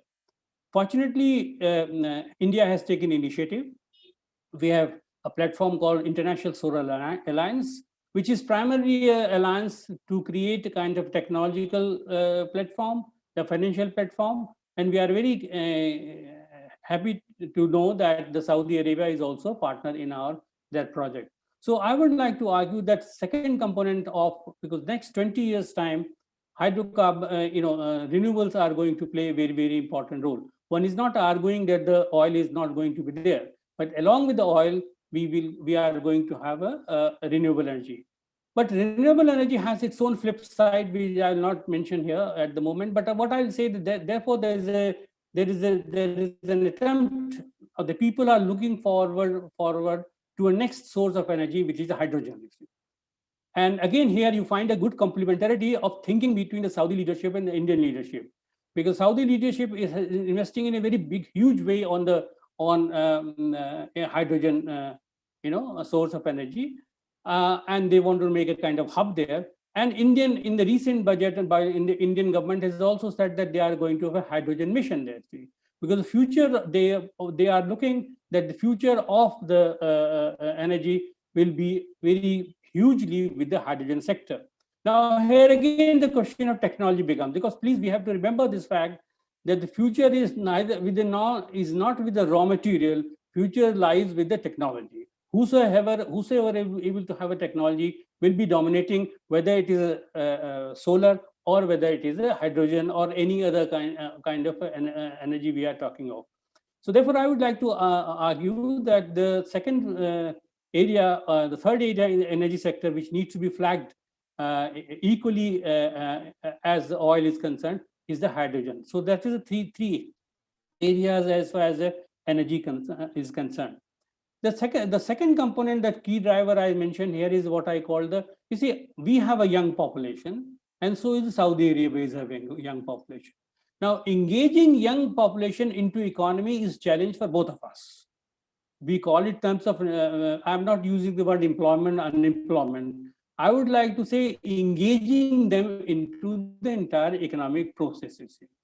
Now, what are the area? How do we do about it? You see, the area which we can talk about is that how we can create the entrepreneurship in the two countries respectively. You see, while India has a huge reservoir of entrepreneurship, again, if you look at our structure, the pyramid is very, it's a very pyramidal structure, you see. Top-down kind of a structure looks out. You find a very limited few houses which are controlling the bulk of the economy, and then a number of the entrepreneurs which are just emerging there, they are looking for some kind of intervention or support. Of course, the Indian government is trying to help them. But what I'm trying to argue again here is that entrepreneurship is a very relevant requirement for the growth of the indigenous technology and indigenous development, both in case of Saudi Arabia and as far and India is concerned. Now, how should we go about it in terms of startups, in terms of investment? This could be a matter of detail, but this is again going to be a new driver where we would like to the future future potential to be harnessed. And last but not least, for the purpose of this evening, I would say that future technology is very, very important. As I mentioned earlier, that those who will be having the technology will be controlling the global power structure, whether it is the defense, whether it is the economy, or whether even the social structures. So the future technology, among the future technology, which is, again, I see the complementarity when I look at the documents coming from Saudi Arabia and India. The artificial intelligence is something which both the countries are looking forward to. It's a huge challenge for both the countries to get engaged, because if you look at the global configuration, here again, the control we are neither India nor Saudi Arabia figures among those who are in the race for artificial technology. It's again the 6, 7, 8 countries which are dominating there. Now, again, if we have to go for a multilateral kind of a power structure, the artificial intelligence is one area where the India and Saudi Arabia needs to cooperate and collaborate. So these are the three, major driver I have particularly identified, because again, I'm repeating the point that the strategic relationship has to be purposive. It cannot be very open-ended kind of situation. It has to have a timeline, you see. So this purpose and timeline, if that is a vector to define the strategic partnership, the anchor, then you have to work out what the key driver which you would like to have it. And it is in this sense, I thought that these three has to be recognized as a key driver. Obviously, one can further elaborate them. I think I'll stop here because I think many other speakers are listed there. Thank you very much. Thank you, Professor Pant. I think you really highlighted the key issues which which exactly as you said, and again very brilliantly identified those drivers of India-Saudi Arabia partnership, obviously talking about energy, talking about the youth economy and future technology. I think you really, I mean, this really, I think, should be taken up with all seriousness by the decision makers in respective countries. So thank you again for this wonderful address. I now request Dr. Meena Singh Roy, the last but not the least and the most important. Thank you so much, Dr. Meena, for I mean, really taking us through this entire symposium. The idea was, was completely yours. So over to you, Dr. Roy. Good evening to all of you, and Manish, thank you so much for bringing all of us together. So credit goes to you. We were just I would say the idea givers. In a sense, the youth has to be pushed to come forward and take up these issues so that we can build a stronger partnerships in future in the Middle East or West Asia, as we call it. So thanks goes to you, to Ambassador Sati, who has always been very forthcoming to organize such events, and has been very, very cooperative and giving us the best of the scholars from the country, from the kingdom, to give us the better understanding of the Saudi perspective in that sense. I have been a late, I've got a late entry in terms of, looking at the West Asian region. But it's been a fascinating journey for me from 2008 till now, in terms of understanding, exploring, and also, getting involved very deeply with various dimensions of the relationship and the issues that we have been looking at. And the most important has been, how do we build, a scholarship in this field. And Professor Pant again has been an extremely supportive to us in our institute, where I have worked for a good 25 years. And now, of course, I look at it from outside. I've been asked to speak on the cultural dimension, the soft power of it.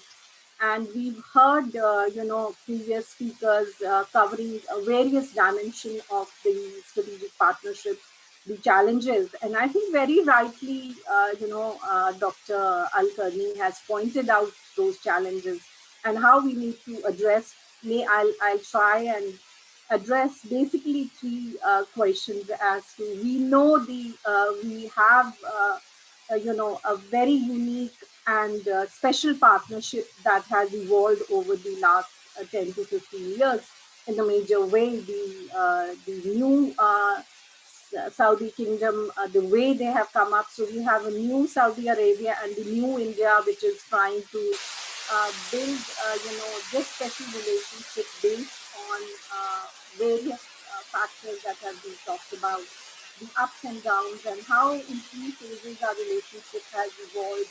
It has been articulated beautifully by Dr. Al-Karni, and the three issues, Iran, Afghanistan, and how we need to work together addressing these issues. But I would say that let us look at what are the reasons that will drive both the countries to work together, and that is one question that I thought I need to look at, and why India and Saudi Arabia will be pushed. Some of the factors have been highlighted by our speakers, and what will drive two countries to work together regardless of what our relationship has been in the past. Where are we today, and what is the future of this relationship when we are talking? I'm not going to touch on the defense security issues, on economic issues, but let's look at the soft power, the cultural, diplomacy that needs a special attention today. We need to go beyond, trade, economics, which are, that's the field which has been covered. Now, why this relationship will drive both the countries to move forward? I think the factors that are important to look at is the geographical proximity. And in today's era, when we are looking at the new regional, global, changes that we are seeing, both India and Kingdom of Saudi Arabia will be pushed to work together because of the complementarity, because of the common, interest which Professor Pant has highlighted in the economic arena, in the strategic area, and also the, basically the role that India is going to play in future, its own, development, its economy, everything. I think the future of India is something which is going to drive, with complemented by the changes which are taking place in Saudi Arabia, and the top leadership in both the countries, the political will to pursue this relationship in the special direction is something which will push both the countries to work together. We are not looking at the relationship from the prism of history and how it has evolved. The geography will definitely matter. The religious aspect of it, I think when we talk about Saudi Arabia, we are mainly talking about diaspora, we're talking about energy, we're talking about trade. But I think this is the time when people to people contact have to be pushed. That is where we see the most unsatisfactory part, and that was very giving the numbers of the scholarship, the exchange of students. That I think is something which we will try and focus. We need to start debating on this and coming up with some suggestions. And the important point here is that it is also about how Saudi Arabia has been projected in the Indian media, and what are the perceptions. And unless you clear those perceptions, things are not going to move. So I have no doubt the new relationship, the new era of partnership which has begun. And when we're talking about the cultural connect, I don't see any doubt whether we're looking at the maritime cooperation. It has to enhance. There would be some challenges that need to be cleared out, but let me just give you a few suggestions, because we've been working in think tanks and coming up with suggestions and what and how future stands for us. The first thing which Pansar talked about, how we need to look at youth. And here I think the youth in both the countries are going to be a key factor where we need to start engagement. Now, both in terms of, I'm talking about the students in the schools also. And we talked about the higher education, we talked about the vocational trainings, but I think even the exchange programs between the schools is something which could be thought about. It can be at a very small scale. There have been student exchanges in various private schools and also in the government schools, where the children are sent on both sides. And as far as the university is concerned, I think I completely agree with Professor Dr. Al-Zaini that this is an area where we need to focus more. We need to have more scholars from Saudi Arabia to India and from India to. Why do we see less students going to Saudi Arabia? Is it not attractive enough for them, or there is lack of information, or there are some perceptions which don't wish these students, or we need to set up more centers? I think one idea that I can say is we need to create chairs in both the countries. And I'm not talking about just about the Delhi and the New Delhi, but this should be done in various other smaller sort of states where where can have the special India share on here on studying the Saudi internal politics or culture or technology. And we can go on with the special vocational training, programs as well. Now, unless we do this, I don't think there would be much movement. And given the population that we have, given the number of support systems that can be provided by both the governments, it is just that we need to push on these areas, and that's how people-to-people contact will improve. If these are not done, I don't think we will not be understanding the wider understanding of what is happening in Saudi Arabia will not get reflected. People will still have the long perceptions which are not favorable. So therefore, I think greater exchange of scholars, maybe setting up of few chairs in the universities and things, and will help at least in generate some kind of a debate to do it. We talked about the cultural engagement, but I don't think sufficient, programs are being organized in that sector. So this is something one could, think of having a joint cultural programs, not only, in India and Saudi Arabia, but maybe in some other, for example, in UAE, this could be organized anywhere. This is something that is doable. And one idea which I thought, given the cultural history and all, maybe a small museum, reflecting what is Saudi Arabia, and that could be done. We could have the small historical museum reflecting these things. These are doable when we are looking at enhancing the cultural partnership.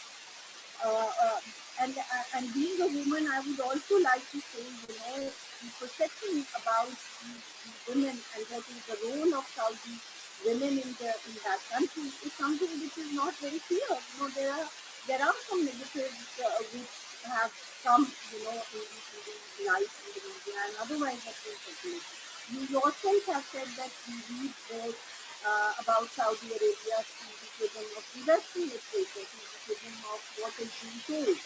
There isn't, much information, and therefore the need for exchange of women, I would say, the women scholars, the women architects, the women historians, and various, fields where women, can actually personally go. We could organize smaller, trips, to start with. The cultural trips, the delegation, the women delegation symposium of the students from the various fields, from journalists to other architects and historians. So those initiatives have to be taken to know. Unless you go on ground and see how the country is improving, what are the new, opening up in the country, how the women are, conducting themselves, and what is the kind of space they enjoy, how dynamic and prolific they are in their countries. I think that is something which, if we are talking about, cultural connect, if we are talking about greater, interaction, people-to-people contact, and this is one. And third, you said why doctors are not coming, why, more scientists and other business people are not coming. Maybe there is lack of information on that part. So there have to be some symposium which can be arranged jointly by India and Saudi Arabia. So if you are looking at, the cultural diplomacy, if you are looking at the medical diplomacy, I think we have enough people coming and going, but we need to start with smaller, programs where some workshops, in both the countries, one in India, whether we're talking about pharma, whether we're talking about IT.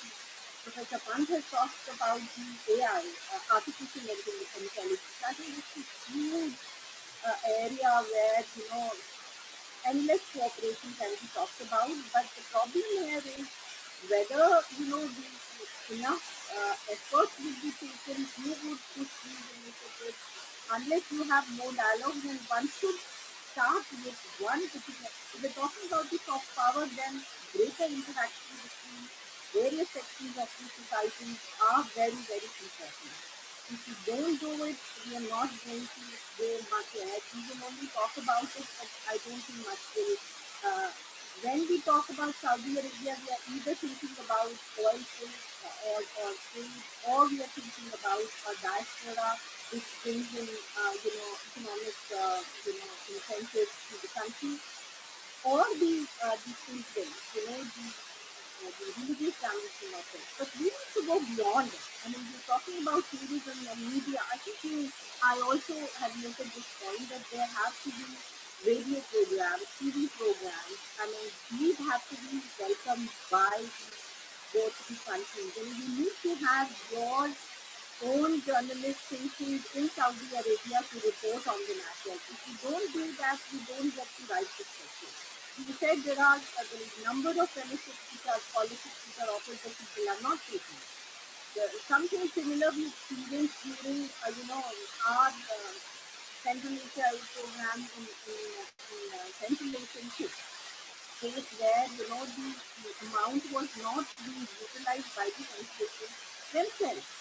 Therefore, I think there are, we need to start with the new programs, new workshops, and greater interactions. The students have to be on ground. What I learned, living there in the Middle East is something which has given me so much of, knowledge, which I couldn't have learned otherwise, I would have read the books. Books, yes, they tell you, but your physical presence and interaction with people when you see things on ground are going to be completely different. As far as Bollywood is concerned, I think it is one aspect of a relationship where much more can be done. There could be a lot of shootings which can be done in. So if we're talking about enhancing our cultural cooperation, then these are few dimensions where one will have to start working very seriously towards this. We know the strategic partnership is real in that sense because I don't know, it has already been proven. We may have difference of opinions. We may have to respect each other's sensitivities, which concern us and you. But at the same time, the effort has to come from both the sides. And the other point that who is going to invest? I don't think India and Saudi Arabia have any problem as far as the economic potential is concerned as who will invest. It would be a joint venture when we are talking about the cultural diplomacy, when we're talking about yoga, when we're talking about the ideas which are accepted to both, given the sensitivity at this side and that side. But it is extremely important that we sustain this engagement, and the ideas which we talk about in the seminars and the conferences are put to practice. Otherwise, I don't think I see a fantastic future of India-Saudi relations, which have today we are talking about cultural, cooperation. Today we are talking about, the issues which we never tourism, for example. Tourism was mainly, about the people who would want to go to Makkah. I mean that is what it was. But if today we are talking, you have huge, population, the young population would very much like to go to Saudi Arabia as a new tourist spot. The only thing is, what is it that would attract them, and how, the kingdom can offer and, project those, attractive places where, they can attract youth to go and visit the kingdom. And I think I'm going to stop here, and we can go on and on other dimensions, but I think I'm going to stop here. Thank you very much. Thank you, Dr. Roy. I think that was fantastic. And obviously, two quick points which you highlighted were about this whole notion of New India and the cases Vision 2030, how these can throw up very immense possibilities which can be tapped by what we can see now is a presence of a political will at the highest levels of government. And obviously, a very important point was about a lack of information about each other. I think that is really that information gap has to be plugged again by many ways, obviously led by the youth, which you pointed out and even other speakers pointed out. So thank you very much, Dr. Roy. With this, we have obviously overshot ourselves in terms of time, so we'll take just two quick questions. So one is by our director, Dr. Kushnam, and one is by IR student in JNU. So Dr. Kushnam, please go ahead. Good evening once again, everybody. And all aspects has been covered, especially the symposium was trying to reflect upon the cultural part of it. And the economic strategic partnership is also important in that. So India in the recent years is trying to project itself as the destination for the wellness tourism, which is having a bright economic future as well.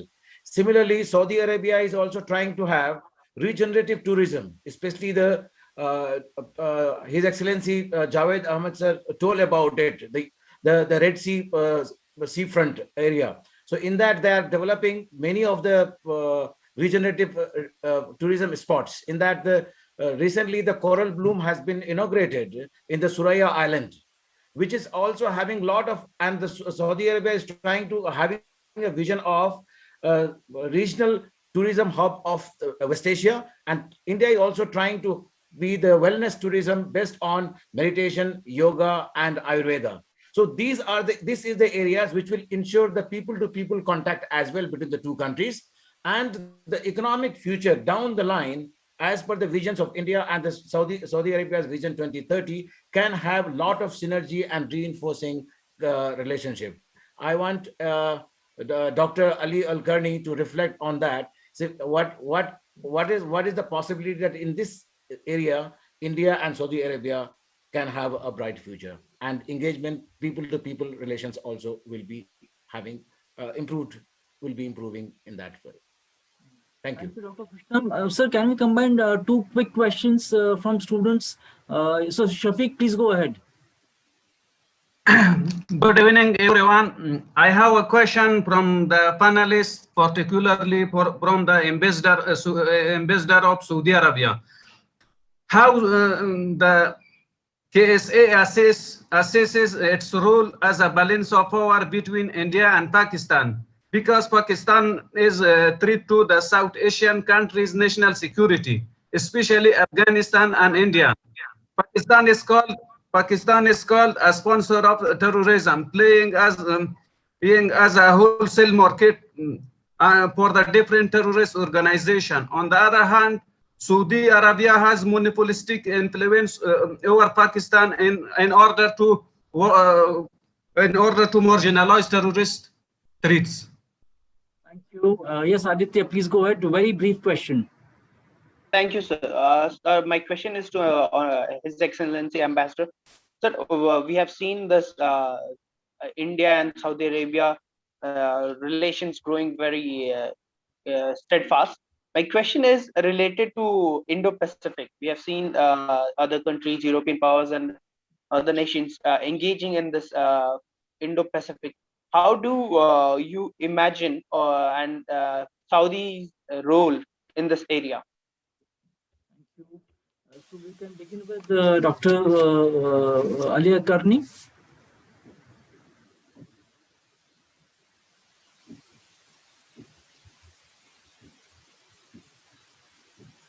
Yeah. Well, thank you very much indeed. Thoroughly enjoyed the briefings by the professor and by Dr. Mina. As for the people-to-people ties, the cultural issue, it's a driving force of the bilateral relationship. This is the rapprochement in all aspects. And a major aspect, an extremely important aspect, is the cultural exchange.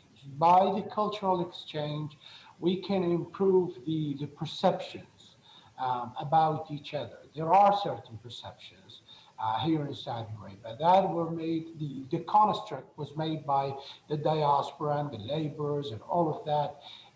And also there are certain perceptions of Saudi Arabia that exist in India. And I am a big fan of your big papers, the Times and others, and I read them from time to time, and I see that they do not sort of create the stories about us by themselves. They rely on the media on the Western media, British, American, and as you all know, we do have huge problems, partly of our making, because we are extreme, and I think His Excellency Ambassador Javid alluded to that. We do have an issue with communication, with PR. We're bad at promoting ourselves. We are partly to blame for the media skewed images that exist in the West. But we have also to stress the fact they do have agendas. They are serving certain agendas against Saudi Arabia. I mean, look at the frenzy media campaign against our leader. Crown Prince Mohammed bin Salman is a God-given leader to Saudi Arabia.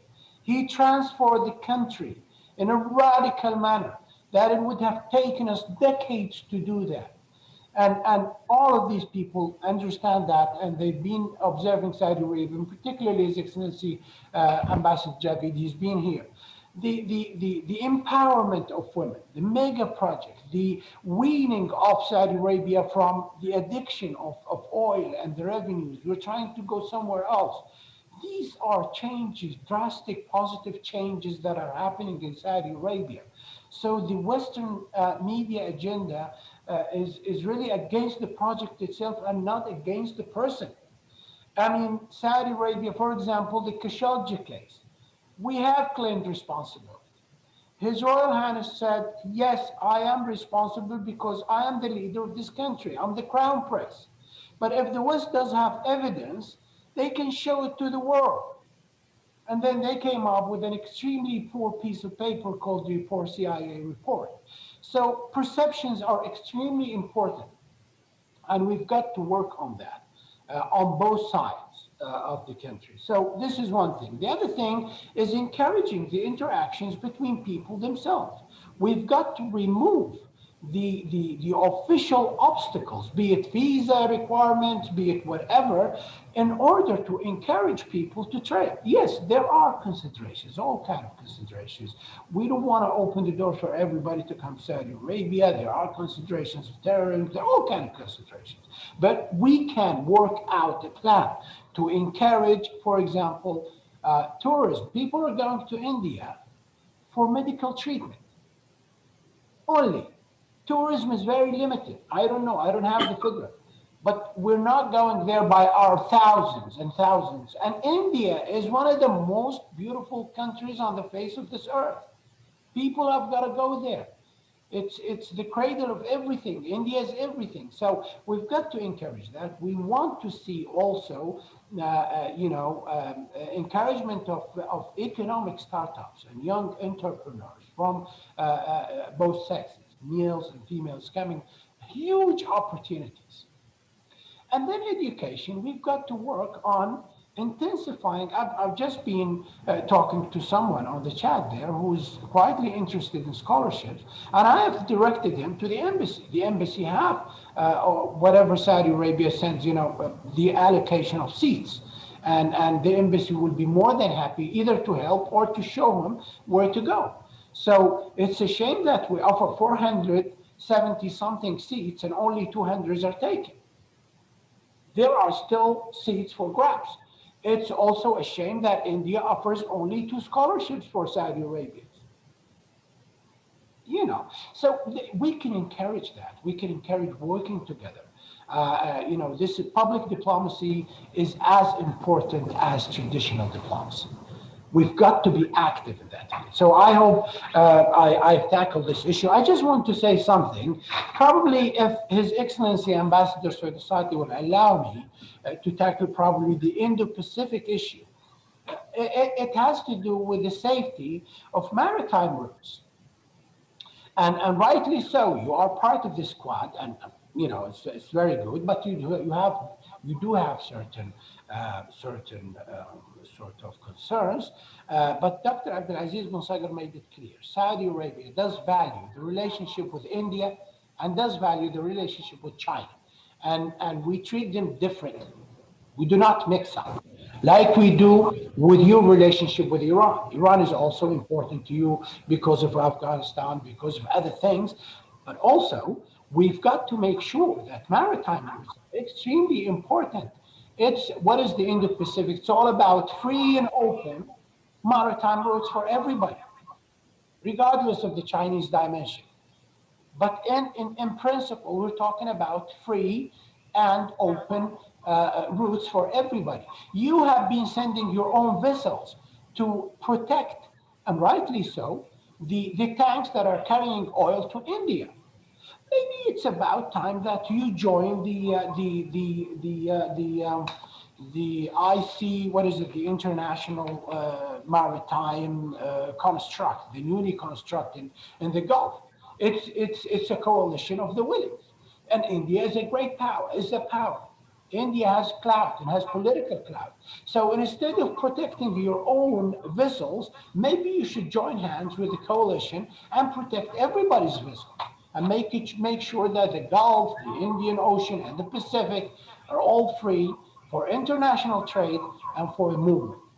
One final thing is that we in no way try to satanize Iran in the eyes of our neighbors. Iran is a great civilization, and we have been looking for a good relationship with Iran for decades. We have reached out for them, several times. The Ahmadinejad was given an exceptionally beautiful reception here in Riyadh. However, our brothers across the Gulf say something and do something different. The foreign minister has been saying that he's been sending messages to Prince Saud al Faisal, asking late Prince Saud al Faisal to discuss the future of the Arab world. And the late Prince Saud said, the Arab world is none of your business. We will discuss the cooperation between the two countries. They feel, they treat themselves as a hegemon. We don't have that. We want to develop our countries. We want to work with powers like India, and we want a safe region, a safe Middle East. We do not want to support terrorist groups. We do not want Iran to fund these groups. I just want to stress that. It's not about satanization of Iran. It's rather reflecting on the situations as they are. So I hope I've answered your question about the cultural side, and I just wanted to reaffirm this position that we treat India has all the rights to manage its own bilateral relations with other countries like we do, and we respect that. And I have said in my speech that we've got to overcome the sensitivities and deal with that with each other like the way we're doing. And if I'm not coming back, I just want to say a few words about the roles of ambassadors on both sides. His Excellency Ambassador Saudasati has been there for 10 years. Exceptional performance. Without a good embassy, trust me, and I know I've been there, and Ambassador Javid will agree with me. You cannot elevate the relationship to such level if there isn't, an exceptionally gifted ambassador. And I am sure it has been the case. We're talking Javid Ahmed, we're talking Talmid Ahmed, we're talking Saeed, we're talking absolutely exceptionally gifted ambassadors. So they contributed a great deal, and I thank them for that. Thank you, sir. Thank you, Dr. Al-Karni, and I wish we had more time at our disposal, but we have really short by a long margin. Thank you all for joining us today. I just now request Dr. Kushnam to present a formal vote of thanks. Over to you, Kushnam.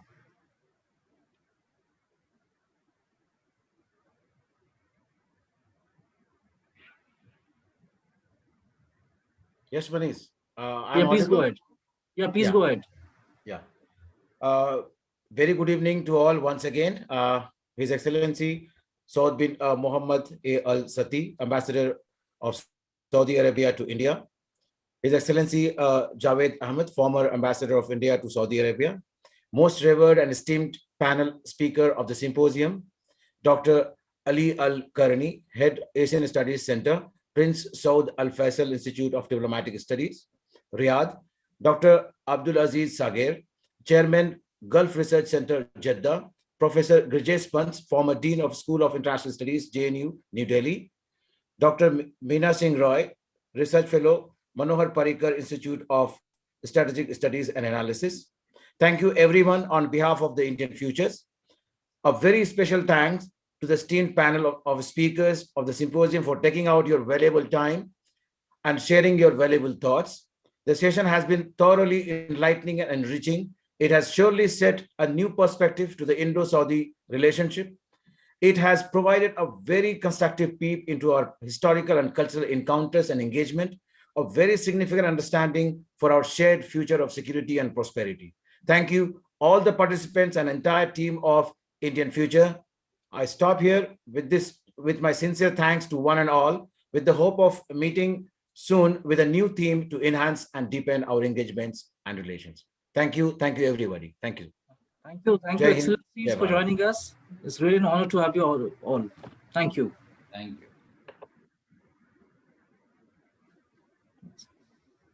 Thank you very much. Thank you.